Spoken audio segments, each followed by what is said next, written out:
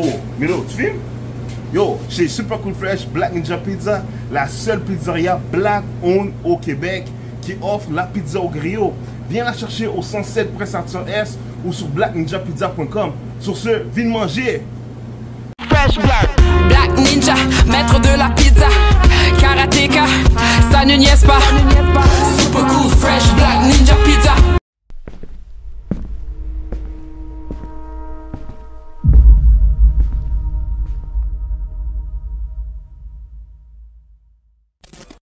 Kéké Uncensored, on dit les affaires crues, sans filtre aujourd'hui. On a un ami de l'univers de Kéké, quelqu'un qui est là depuis les débuts justement de tous les panneaux que je faisais, les causes sociaux, les trucs de la communauté. Fait que c'est une personne qui a vu mon évolution, j'ai vu son évolution.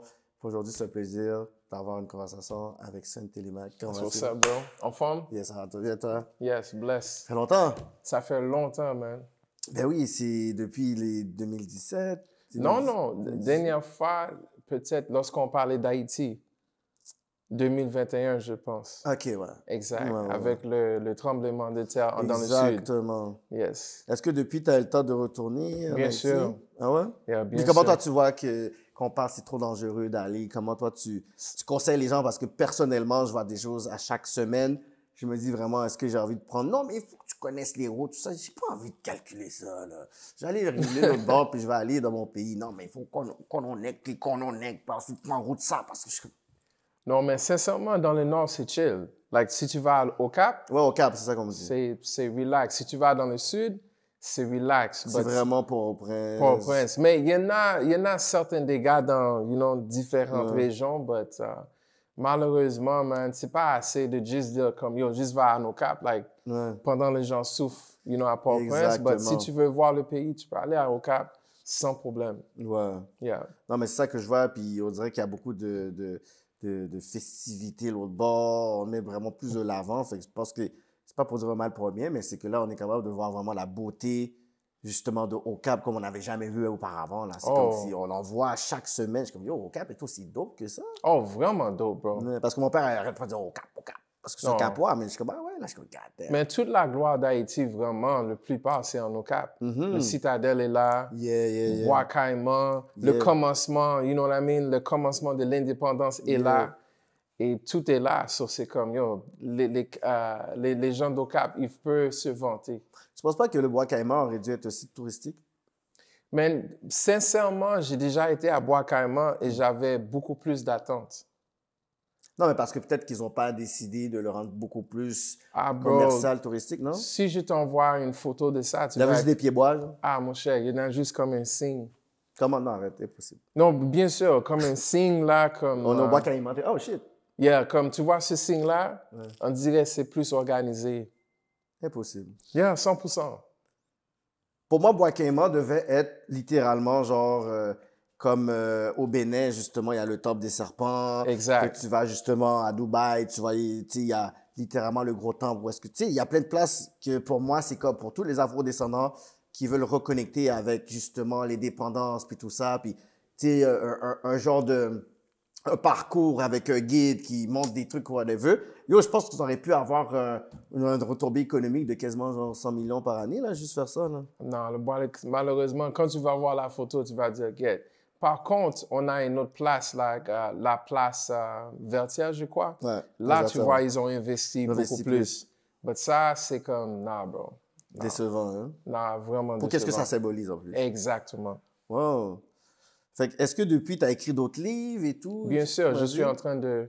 à travailler mon deuxième. Ça fait 10 ans que je travaille là-dessus. Ah ouais? Yeah, man, depuis 2015, man. Okay. Comment ça prend ce temps-là? Est-ce que c'est à cause c'est difficile ou t'as pas d'inspiration ou c'est le temps que ça prend pour ce genre de livre? C'est le temps que ça prend, l'inspiration. Je fais plein de choses en même temps.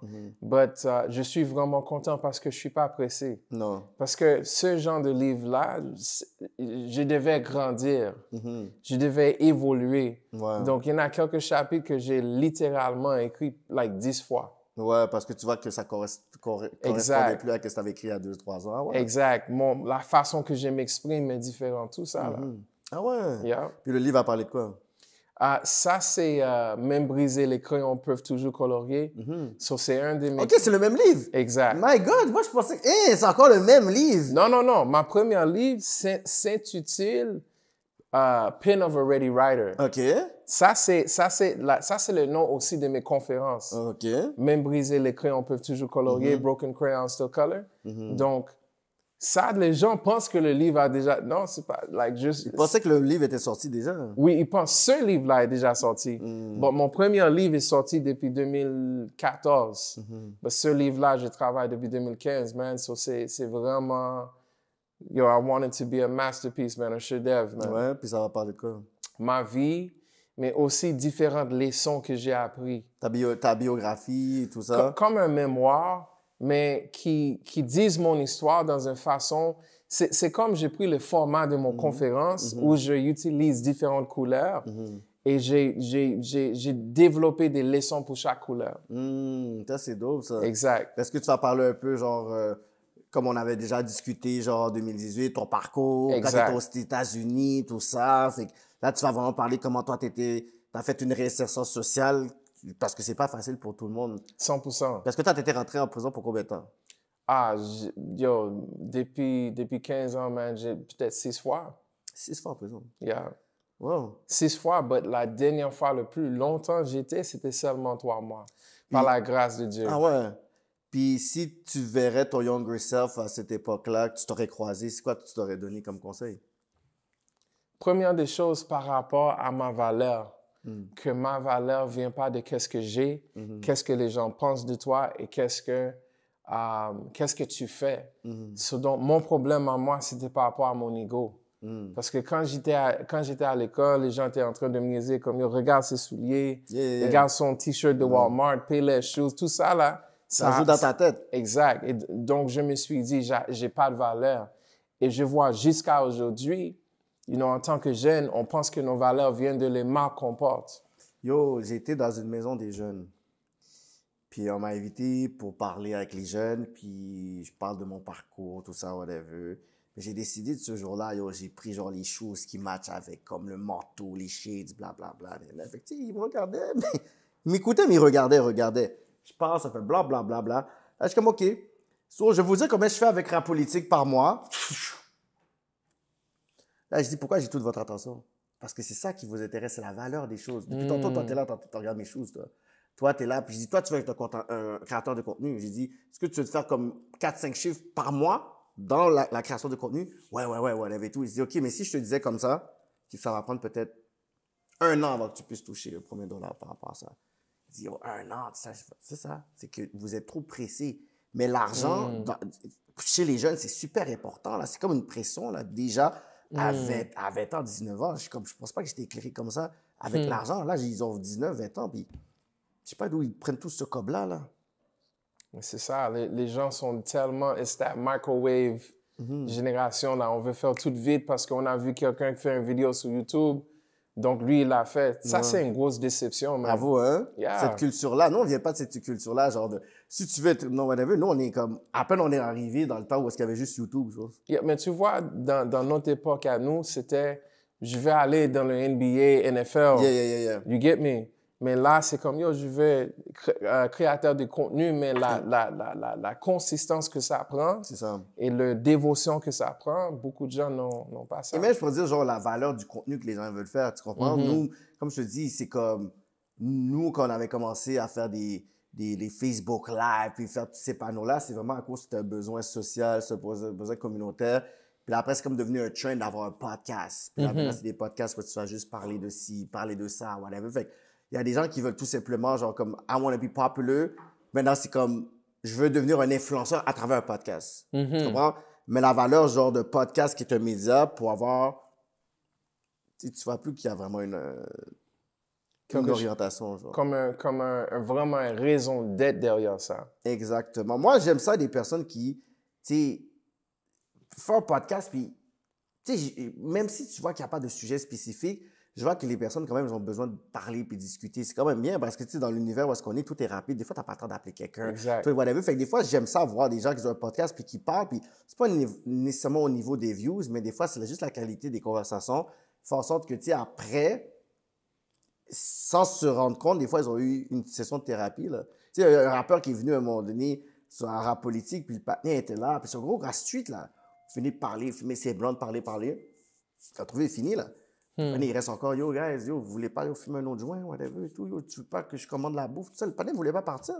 Parce qu'il a dit, c'est quand la dernière fois j'ai eu une conversation posée, parler de ma mère, parler de mon enfance, parler de ci, parce que là, où est-ce qu'il faut que je retourne?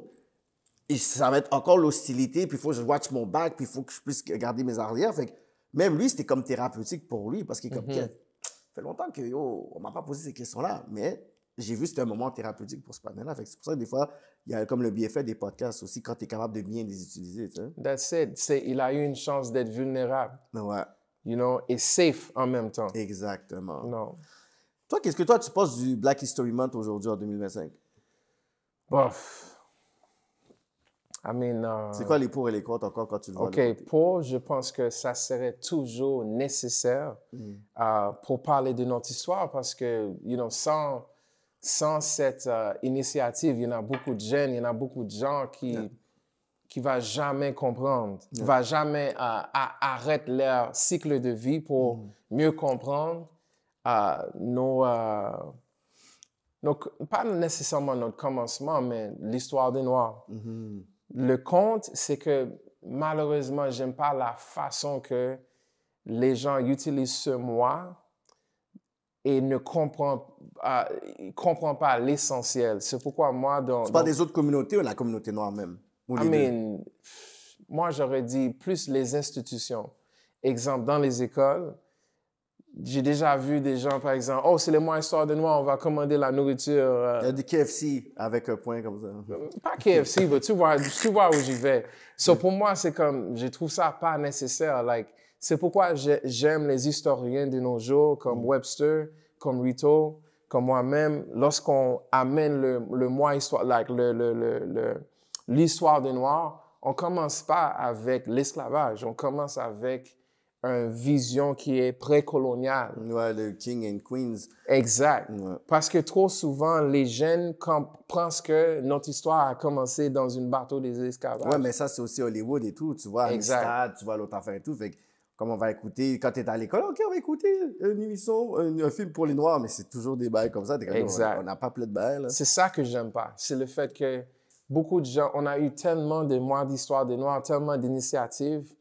Et jusqu'à aujourd'hui, il y en a des gens qui sont étonnés de savoir que, yo, Mansa Musa, l'homme le plus riche du monde entier, que les premières lois, le document, la première fois qu'on voit la loi ou une charte de droit dans le monde entier, c'est en Afrique. Sundiata Keita, le roi lion. Le roi lion, c'est actuellement une personne. Ah ouais? Oui, Sundiata Keita, c'est son nom. C'était lui, le roi lion. Yeah, oui, son nom veut dire roi lion, mais c'est lui qui a créé la première charte de droit, que même ici en 2025, va plus loin de certains pays de nos jours. You know, protège les droits de la femme, you know, la communauté, l'environnement, mais beaucoup de gens ne savent pas. So, tu penses à Roi Lion, tu penses à Simba, Mufasa, mais les gens sont... Et tu sais quelque chose d'autre que j'ai saisi par rapport à ça?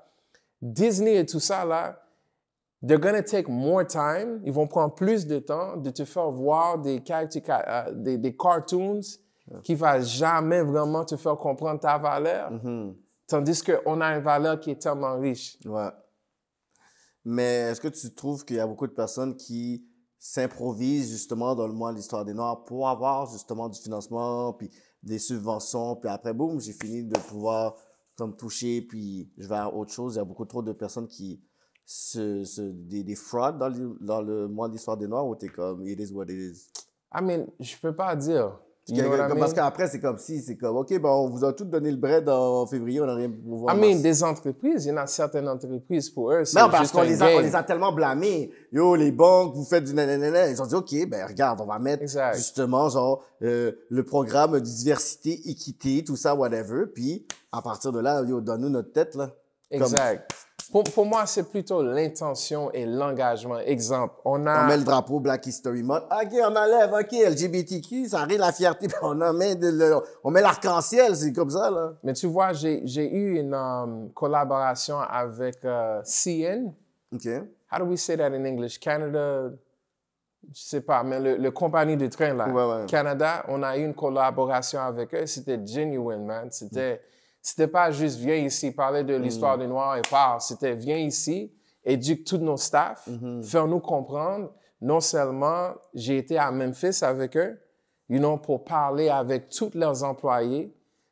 Et non seulement ça, on a passé une journée dans le musée de Martin Luther King pour voir. C'était vraiment quelque chose de réel. So, ça dépend de l'intention et qui est derrière l'initiative, right? C'est vraiment ça. Yeah. CN, c'est compagnie de train. Ils n'avaient pas des esclaves dans le temps, au Canada? Oui, en Canada, oui. Ouais, c'est parce qu'ils transportaient des esclaves dans leur affaire, là. Parce qu'à un moment donné, il y avait un article qui disait, genre, les 8 compagnies encore existantes qui, whatever, puis ils avaient dit, une compagnie de train, je sais pas si c'est ceux-là, là, aussi.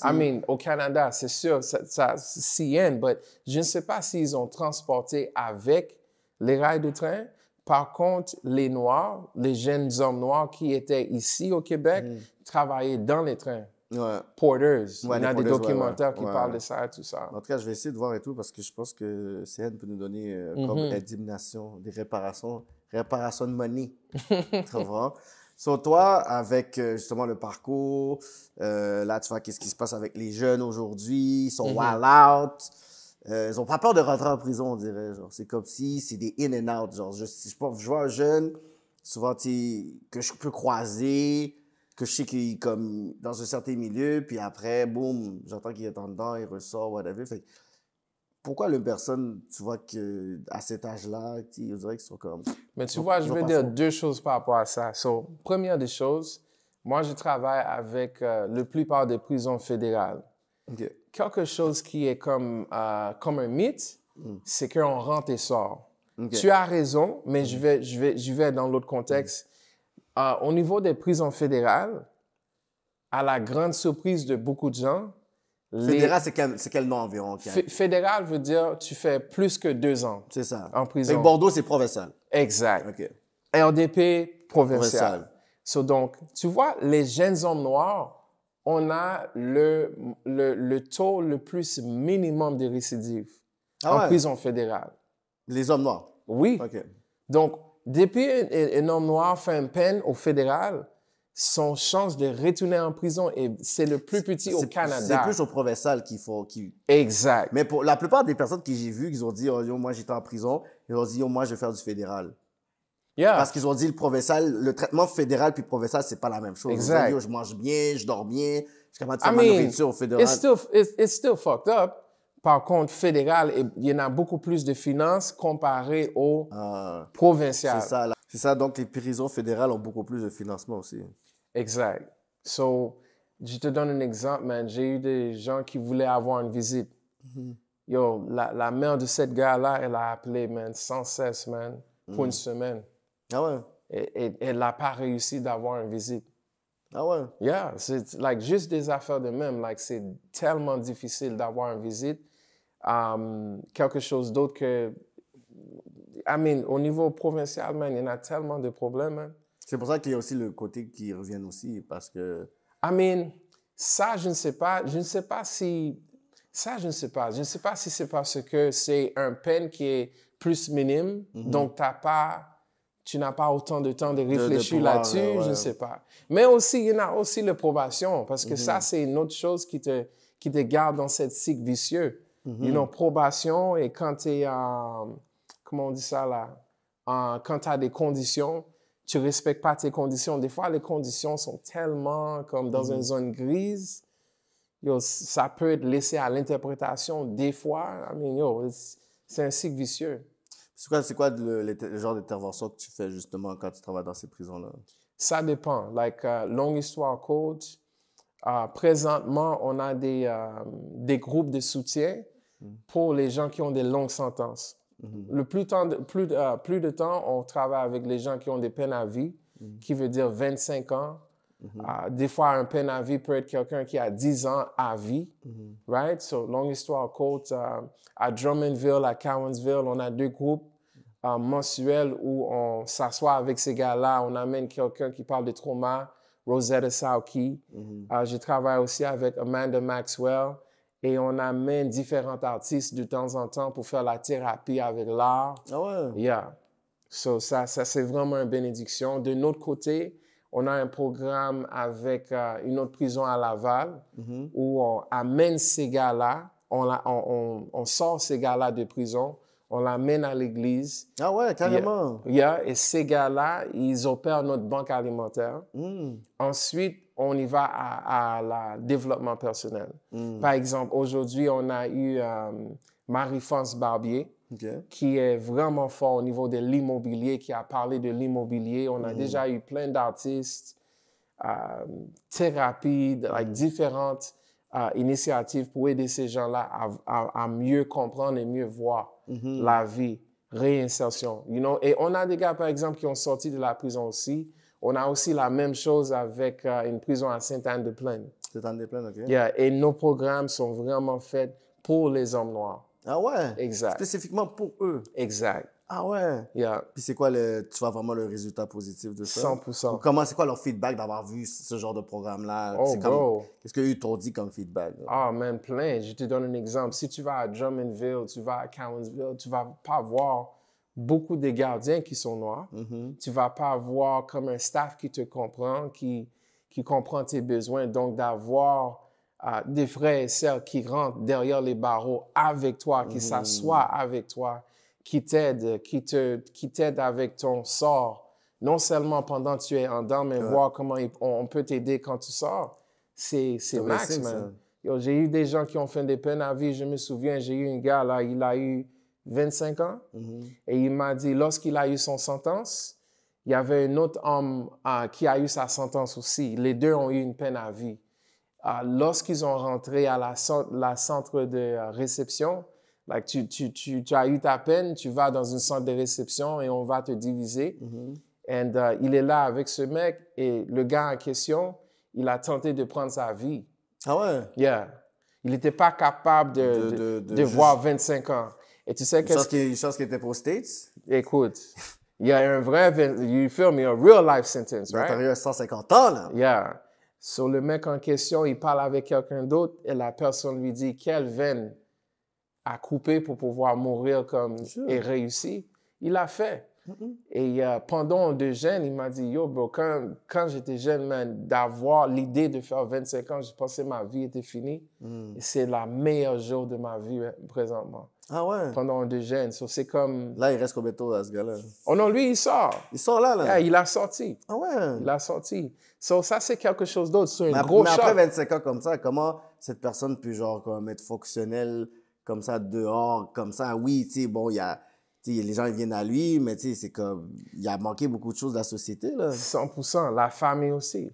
Mais tu vois, une des choses que je peux dire par rapport à ça, c'est ça qui est vraiment bon avec notre programme qu'on a, c'est qu'au lieu que ces gens-là reçoivent comme un gros choc, je sors, j'ai jamais été dehors, mais grâce à ce programme, les gens sortent régulièrement. Ils peuvent aller dans... Fait qu'ils voient un peu Exact. Exact. Il y en a d'autres programmes comme ça qui existent.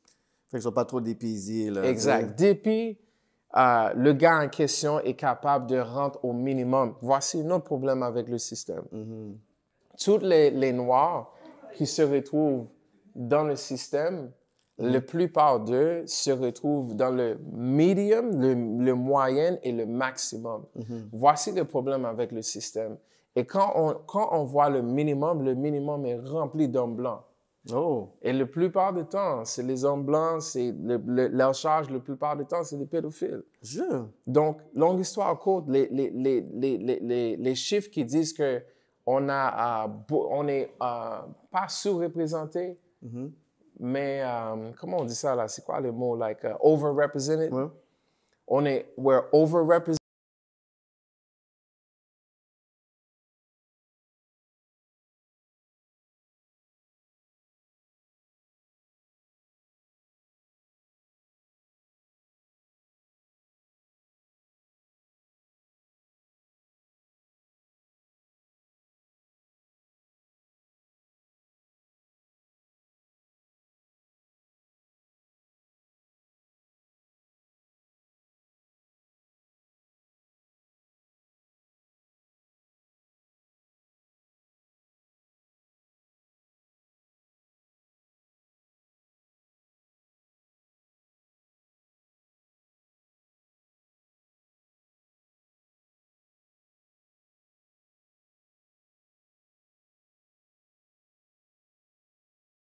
Le fait qu'on est overrepresented in prison, qui veut dire que... C'est faux, ça. I mean, c'est vrai, mais la raison pour laquelle on est overrepresented in prison, c'est parce qu'on ne laisse pas les hommes noirs sortir, man. Lorsqu'on regarde les statistiques, right, comparé à un homme blanc qui a le même peine, le même situation, même profil, l'homme noir et les hommes autochtones ont peut-être 24%, 22-24% moins de chances à sortir. OK, fait que le racisme systémique est 100%. Ah ouais? Yeah, 100%. Ah ouais? Puis c'est quoi qu'on peut faire par rapport à ça? C'est pourquoi on a les groupes dans les moyennes pour pouvoir aider ces gens-là à descendre de moyenne pour aller dans le minimum, où ils vont avoir plus l'accès à la communauté et d'avoir plus de chances de sortir de prison. On a eu des gars qui étaient coincés, man. Comment? Exemple, disons que tu commences ta sentence, tu as eu une peine à vie, tu commences à un max, right? Disons, tu as fait 2 ans dans le max, tu vas dans les moyennes. Quand tu rentres aux moyennes, là, après, il n'y en a pas comme une loi qui dit que tu dois faire tel temps pour pouvoir aller dans un minimum. So, tu es dans une moyenne qui est grande différence d'un max, qui veut dire que tu peux bouger un peu plus. Ouais, tu as plus de liberté. Exact. Et là, on a eu des gars, man, 6 ans, man. Ils ont encore... 6 ans, like, aucun rapport, aucun incident, mais on ne veut pas laisser le gars part, aller au minimum. Basé sur quoi? Sur rien. Basé sur le fait qu'on n'aime pas le gars. Il est noir, il a trop d'influence. On créait plein d'affaires. Et l'autre affaire, c'est que si cette personne-là ne veut pas communiquer avec son ALC, agent de libération conditionnelle, bro, tu restes là. Ah ouais? Hein? Tu restes là. Et selon cet agent de libération conditionnelle, c'est elle, plupart du temps, c'est une femme qui va avoir l'appui pour te dire, OK, tu peux aller dans un minimum, tu peux aller chez toi. Et cette année, les dernières 2-3 ans, on a vu plein de gars qui sortent du prison d'une moyenne qui avant était comme impossible parce qu'on voit des changements. OK, fait que ça s'améliore quand même. 100%. Mais est-ce qu'aujourd'hui encore, quand tu as un dossier criminel, là, puis tu sors, est-ce que c'est encore un problème pour 100%. Pour trouver des jobs ici? Est-ce que les gens, est-ce que vraiment ils checkent tout là? 100%. Ah ouais, ils checkent comme ça, mais c'est quoi les barrières encore? Oh, écoute, on a eu plein de gars, par exemple, qui veulent travailler, mais les portes sont fermées. Mais déjà, quand tu es noir, les portes sont fermées. Donc, imagine-vous avec un dossier criminel. C'est pourquoi nos plans de match, et s'il y en a des jeunes qui voient là, et, tu as tombé dans la rue, va en construction. Mais c'est ça, c'est à peu près le... C'est ça notre plan de match. Like, perds pas ton temps, va à l'école. Laisse le gouvernement te payer pour aller à l'école, apprendre de nouveaux métiers, prends ce métier-là et faire ton argent. Ouais, mais si le gars n'est pas trop physique puis tout, là, il n'y a pas que ça. Là. Moi, sincèrement, pas lever des briques all day, pour être honnête avec vous, je vois quel autre chemin. Jure. Yeah, pour moi, sincèrement, j'ai déjà eu des gens, ils ont essayé avec une cuisine, ils ont essayé avec ça. Mais si tu veux vraiment avoir... Tu dois penser à ton entreprise aussi. Yeah! C'est pourquoi je dis construction, parce que tu rentres en construction, tu n'as pas besoin d'être un compagnon pour, ouvrir une compagnie en rénovation. En rénovation, puis exact. Plomberie. Puis tout. Exact. Et quand tu fais ton 4 ans, whatever, tu as tes heures, là, tu peux, aller faire ton affaire pour RBQ, license, des affaires de même, pour aller commercial. Il faut juste pas qu'ils abandonnent puis qu'ils se découragent parce qu'ils voient que c'est difficile. Parce que souvent, ils doivent être fâchés aussi. Ils sortent comme, j'essaie de pouvoir me faire prendre puis c'est difficile, tu sais. 100%. Puis c'est ça, fait qu'à un moment, on s'était croisés puis tu m'avais parlé d'une situation. Exact. Une situation quand même assez particulière parce que, comment tu m'as expliqué, c'est comme un film. Là. Exact. Puis, beaucoup de personnes ne sont pas au courant nécessairement que c'est une histoire qui existe. Il n'y a pas beaucoup de lumière là-dessus, malgré que je pense qu'il y a certains documents qui parlent de ce qui s'est passé avec cet individu-là. Fait que, est-ce que tu voudrais peut-être nous expliquer un peu c'est quoi cette histoire-là par rapport à lui? All right. So, longue histoire courte. Son nom, c'est Albert Dutierville. Albert Dutierville est en prison depuis 1990. What the fuck? Aujourd'hui, il a 69 ans. Voici son histoire. L'homme en question, c'est un chauffeur de taxi, ancien policier en Haïti. Chauffeur de taxi rentre chez lui. Lorsqu'il rentre chez lui, il voit sa femme avec un autre gars. L'autre gars décide de prendre un bâton, un bat de baseball et l'utiliser sur le gars. Mais là, yo, t'es chez moi avec ma femme, mon chef, puis tu veux me battre en plus. C'est quoi ça? So, qu'est-ce qu'il fait? Il part. Sa femme lui dit de ne retourner plus. Il ne retourne pas. Okay. La police était appelée XYZ. Après un moment donné, sa femme lui a appelé pour lui dire, écoute, tu peux rentrer. Lui, qu'est-ce qu'il fait? Il appelle la police. Il demande parce qu'il ne sait pas c'est comme sur quelles conditions que tu veux que je revienne. Exact. Okay. Il appelle la police lui met en contact avec le policier qui était sous le dossier. Le policier en question lui dit, tu peux rentrer chez vous. Donc lui, il va chez lui. En même temps de ça, qu'est-ce qui se passe? C'est que sa femme essaye de vendre la maison sans lui. Sans qu'il sache. Exact. Mais lui, il a su. Quand il rentre chez lui, qu'est-ce qui se passe? C'est que l'homme en question est là, à sa grande surprise. Le même gars là? Le même gars là, malgré le fait que sa femme lui dit de rentrer chez lui. Qu'est-ce que le gars fait encore? Le gars lui dit, il a déjà menacé le gars la première fois, dit il va tuer le gars. Là, le gars essaye de lui frapper encore avec le bat de baseball. Le gars est pas sot. Il a eu une arme à feu sur lui. Pourquoi? En tant que chauffeur de taxi, lui, il voulait s'assurer que les gens, they don't rob him. So he always had a gun. Mais cette fois-ci, il avait, he's trying to be on point. So, il sait pas qu'est-ce qu'il va... Exact. Sa femme est en train de jeter des affaires sur lui pendant le gars essaie de lui battre. So he shot le gars, il a tiré sur le gars, il a tiré sur sa femme. Oh, il a tiré les deux? Yeah. Mais la femme, elle est vivante. L'homme est mort. Voici le problème. L'homme en question, c'est un Hells Angel. So, quand il va en prison, c'est quoi? C'est Hells Angels. Hells Angels. Mais voici le problème. Selon vous, ça c'est quoi? Est-ce que tu vois quelqu'un qui avait l'intention de tuer quelqu'un? Non, c'est justement légitime défense. Exact. Mais encore là, la possession d'armes, est-ce qu'elle était légale ou illégale? Non, je ne crois pas que c'était légal. Et même si c'était légal, il n'a pas le droit de juste bouger avec une arme. Par contre, lui, il rentre chez lui, il est attaqué chez lui, il sort une arme à feu et on donne le gars meurtre au 2e degré. Au lieu de lui donner, comme en anglais, on dit manslaughter. Manslaughter, ouais. Ou légitime défense. Yo. Il aurait pu faire un 8 ans, 9 ans. Exact. Puis après, ça aurait été dit, OK, tu sais quoi, c'est pas fair, mais je peux comprendre. Ça va même pire. On lui donne 15 ans à vie. OK. 15 ans à vie. It was 1990. So that means what? He should have been out in 2005. Ouais, c'est vrai. Fait qu'il a fait son temps, techniquement. Yeah, il a fait son temps. Le fait qu'il était un ancien policier en Haïti. En plus. Yeah, lorsqu'il rentre en prison, les gens lui voient comme un policier. Il est attaqué jour et nuit par les gars, par les Hells Angels. Il est attaqué même par les gardiens. Donc, tout ça pour te dire, normalement, disons que tu étais un policier, tu rentres en dedans, on doit te mettre dans une protection. Au lieu de mettre le gars dans une protection, tu sais qu'est-ce qu'on fait avec lui?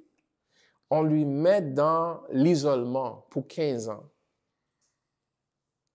Je ne peux pas te dire à quel point que d'être en isolement pour 30 jours... Ça joue psychologiquement juste 24 heures. Exact. Pour 15 ans. 15 ans. Pour 15 ans.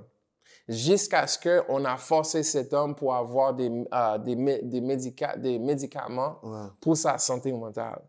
Et jusqu'à aujourd'hui, on ne veut pas lui donner un laissez-passer pour voir sa famille. C'est refusé. Là, si c'est dans les années 90, là, c'est comme, ça fait combien de temps qu'il est dedans, là? 35 ans. 35 ans. Yeah, on ne veut pas lui donner un laissez-passer pour voir sa famille qui sont toujours vivants. Puis une question comme ça, sa femme a quelle nationalité? Ça, je ne sais pas. Je sais pas. Yeah, ça, je ne sais pas. Mais tout ça pour te dire, il n'y a aucune justice dans son cas. Il était abusé à plusieurs reprises.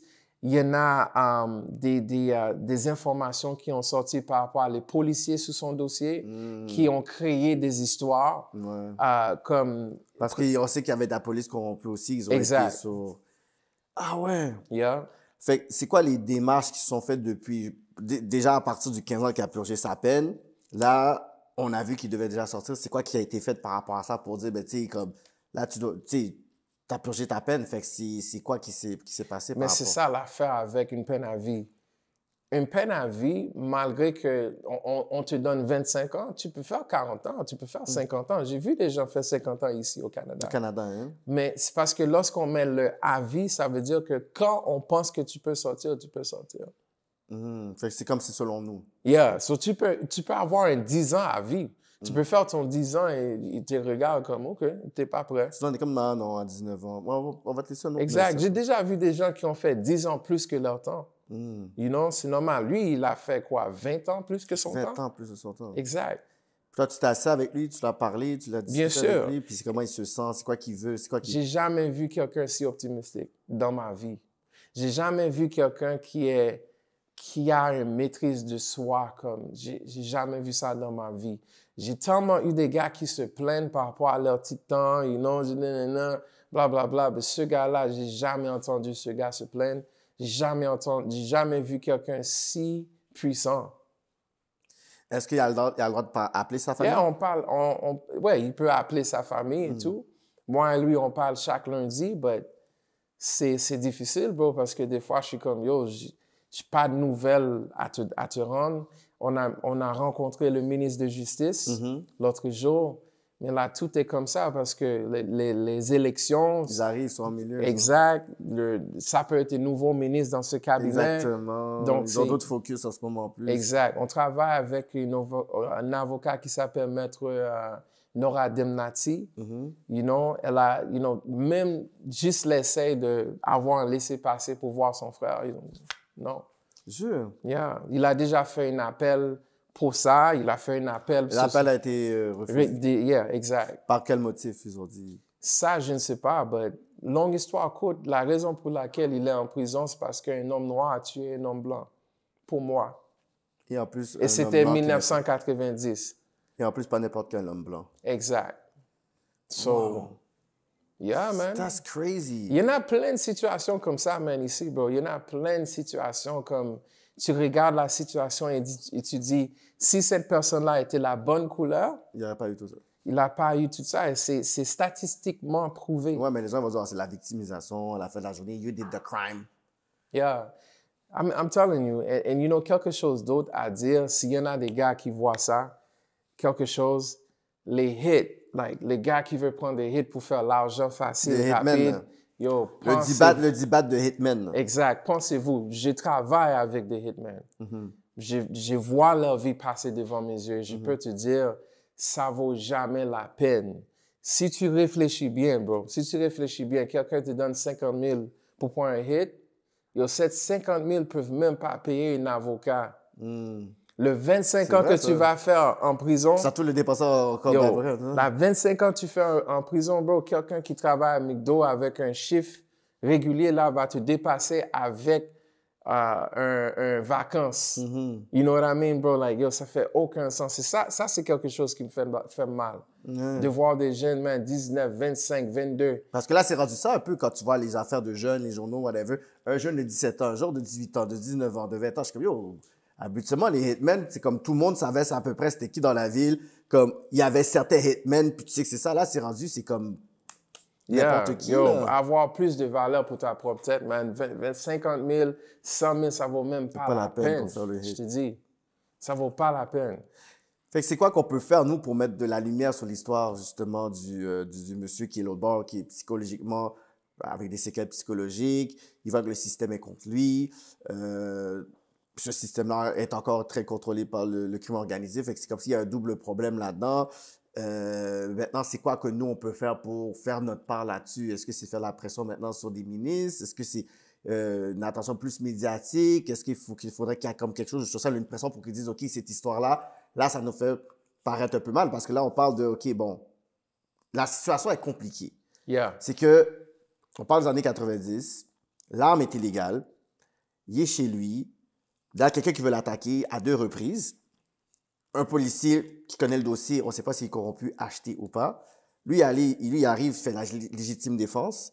La légitime défense, maintenant, ben, t'as tiré aussi une autre personne. Fait que t'as possession d'armes, t'as tiré quelqu'un, t'as tué quelqu'un. Fait que là, ils sont capables de jouer avec ça, mais le 15 ans à vie, maintenant, devient, comme tu as dit, une zone grise. Parce que là, ça reste qu'eux ont le droit de dire, tu sais quoi, ben, tu sais, t'es pas encore prêt, genre. Exact. Tu comprends? Fait que c'est quoi qui fait en sorte que ton 15 ans à vie ou ton 10 ans à vie, nous, on est capable de dire, it's enough. Mm-hmm. C'est comme, c'est quoi l'argument qu'on peut dire, tu sais quoi, t'as fait ton 10 ans, puis là, on veut donner un 15 ans, 16 ans, puis tu sais quoi, on laisse ça passer. Mais si ça arrive à 25, 26 ans, c'est quoi notre argument? C'est quoi qu'on peut faire par rapport à ça?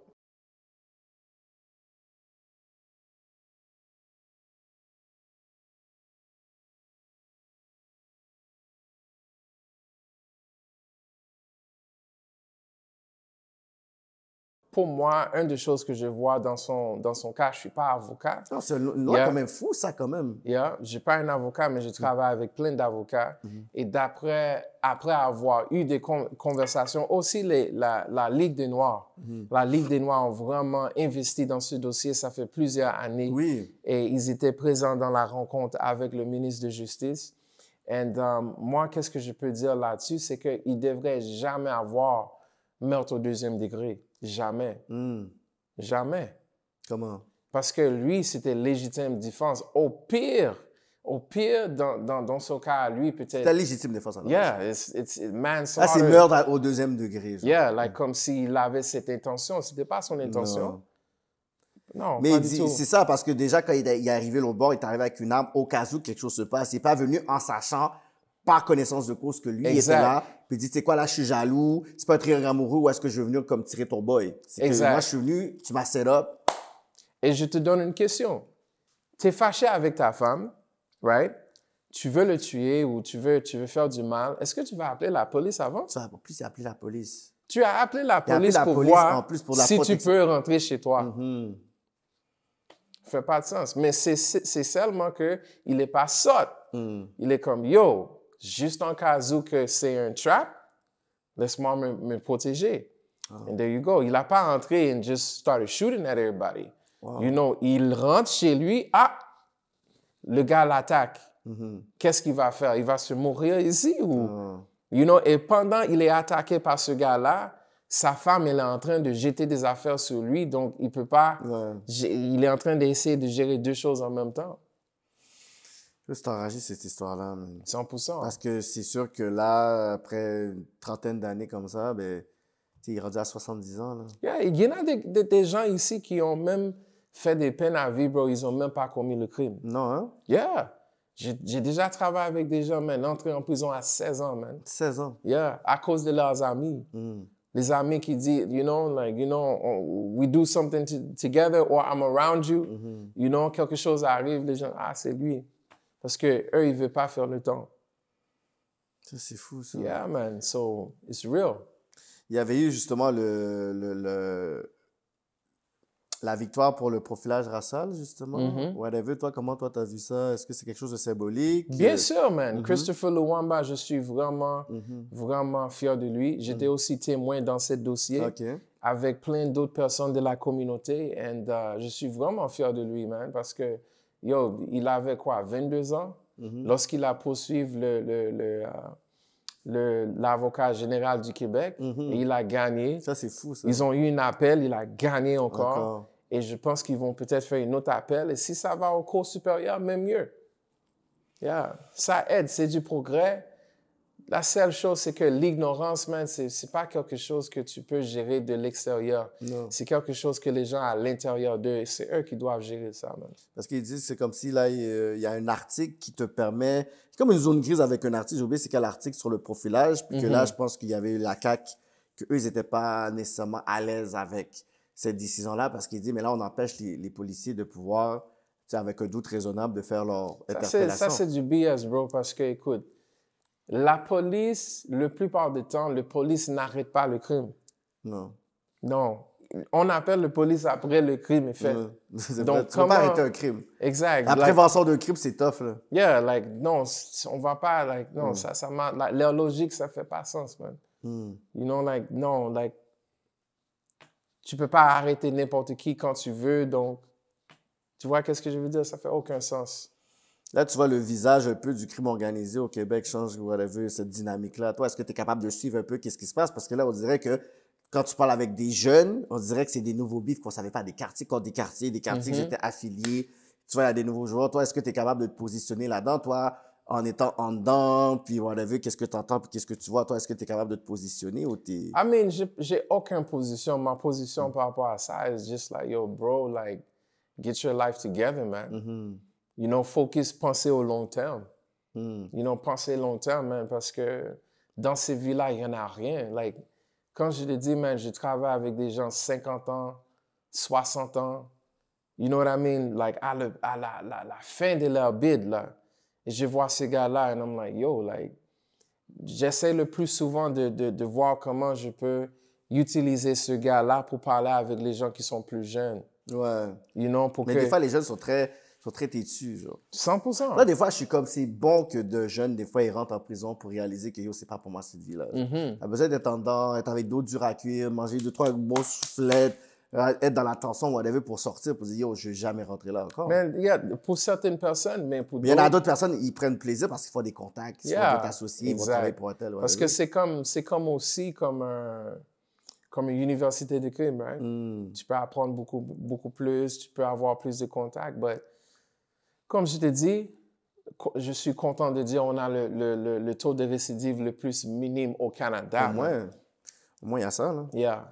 Est-ce que tu vois qu'il y a beaucoup, justement, c'est des groupes criminels qui tournent autour des centres jeunesse? Comment toi, tu vois ça aussi, ce côté? Il y avait toujours ça au niveau des pimps qui rôdent autour les centres jeunesse, les group home et tout ça. Là, malheureusement, il y en a des gens, par exemple, qui n'a pas de valeur, man. Like, voir un jeune s'en fiche, man. On veut faire l'argent. Un jeune qui répète son fils. Yeah.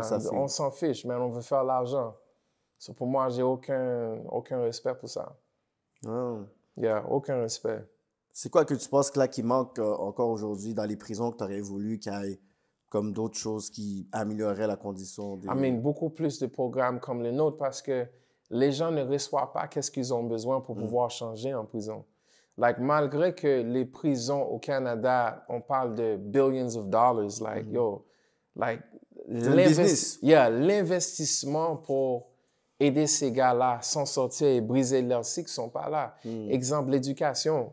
Moi, si c'était moi, la personne responsable de dessiner les prisons, you know, j'aurais pas voulu qu'on a des prisons. On a d'autres, initiatives qui sont possibles, comme quand on voit en Finlande, leurs prisons sont complètement différentes. Il y a depuis 1960, vraiment, leur façon de penser, vraiment hors pair. Mais au niveau de, ici, c'est au niveau de l'éducation. Je te donne un exemple.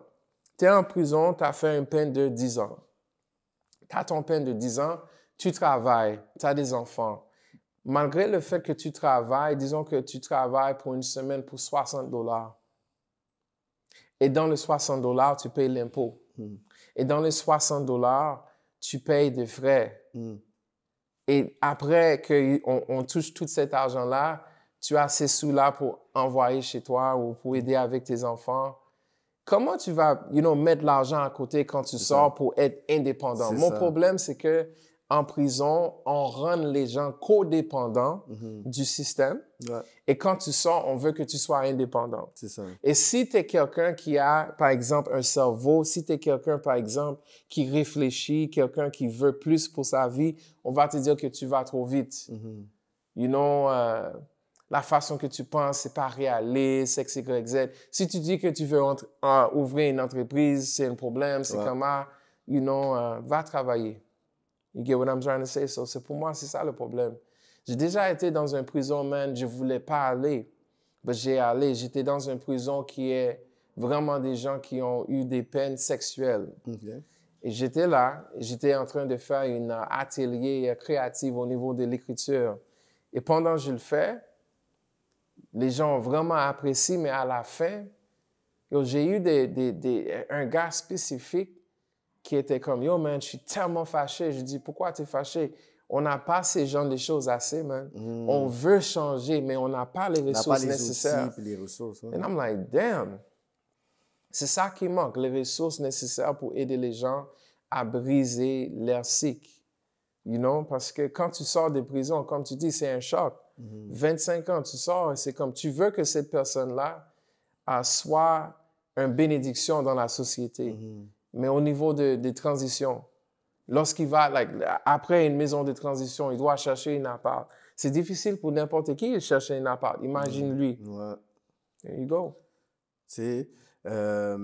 Et les ALC. Les ALC ont trop de pouvoir. Ah ouais, hein? Trop de pouvoir sur des gars. J'ai déjà vu des gens qui rentraient en prison pour des choses qu'ils ne devraient pas. Disons que tu sors et tu as des conditions.